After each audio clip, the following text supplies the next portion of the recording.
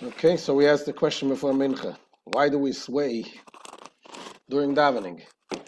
No? ChatGPT said something? Or no, you didn't have a chance. Okay, so there's different... What? Because of the wind. You're going to a shul, you feel like there's an earthquake in there. People are shaking and swaying. What's going on? So there's different commentaries given, different explanations. One explanation says that the neshama, it says... with daven, it's like a flame. A flame goes up. It says Parsha kol atzmoisei temarno. Right? You heard that one? Right? When we daven in nishmas, we say that all the bones should say. It's not just the mouth. The whole body should say to pray to Hashem. Hashem mika meicha. The Baal Shem Tov was once asked this question, and the Baal Shem Tov said, he said a Jew davens during davening. It's just like when a person is, God forbid, drowning. When you drown, you sway and you try to save yourself. You do everything with the entire body to save yourself.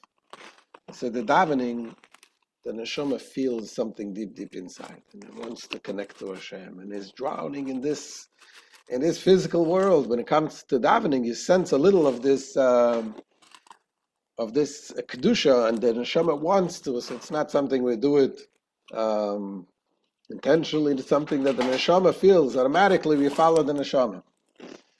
How is it connected to this week's parsha?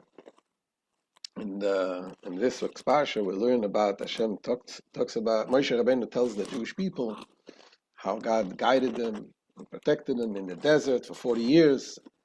It took you in the desert, and this is a midbar, says there was Nachash, Sarah, ve'akrav. There is the snake and there's the scorpions. All of these dangers, Hashem protected us from these dangers. And Hasidus explains how going through the desert is going through the dangers of life. And there's all types of dangers in life, the spiritual dangers that interfere in our service of Hashem. Some of them is like nachash, like a snake. Some of them is like an akrav, like a scorpion. And the Gemara says that there's a difference between the venom of the venom. Thank you, of the snake, and what the scorpion is. It's a different. The snake nachash arsei cham. That the snake has a very hot venom, but the scorpion is very cold. What does it mean in the spiritual sense? So the Rebbe explains that the venom, the hot, represents the passion. You have different types of dangers. When you're passionate about material things, then it's a danger to the spiritual things. You can't be in two places at one time. So you got to get rid of the passions of the worldly things in order to get into spiritual things. But then there is a different type of danger. Akrav is kar. Arsei kar is very cold. Cold is not about that he's passionate about something else. It's just what's the word? Is completely careless. Doesn't care. It doesn't matter. It's like a stone, like cold. Everything is cold. So says the Rebbe, there's an interesting halacha. It says if a person davens, and if a snake comes, he doesn't have to stop davening. He can continue to daven. Why? Because the danger is not so real. The snake. Obviously, if you know it's a poisonous snake, you gotta do what you have to do. But if a scorpion comes, then you stop davening. You have to stop. In the spiritual sense, it means when you are in the middle of davening and you're excited davening, and then all of a sudden you have these material passions, material excitement. So that means that you don't have to stop. You continue to daven. Yeah, we are human. We have different type of excitements, but we're gonna do.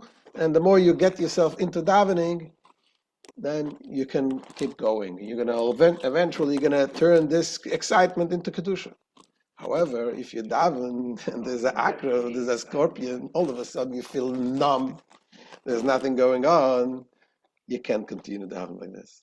You got to stop, think about what's going on.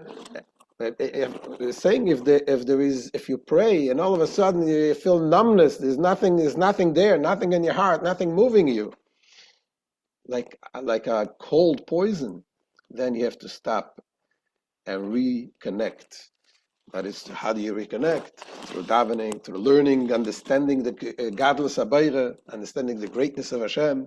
How do you do it today, Baruch Hashem? We have a world available to us. We study Tanya, study Chassidus, study all kinds of svarim, learning about the greatness of Hashem. And the more you learn and you focus, you're going to reignite the fire then. And that's what the Eibishter protects us, and leading us to the Eretz HaKodesh, into the Holy Land. So that's what we shackle. So if you see you got to start now, you got to start chuckling.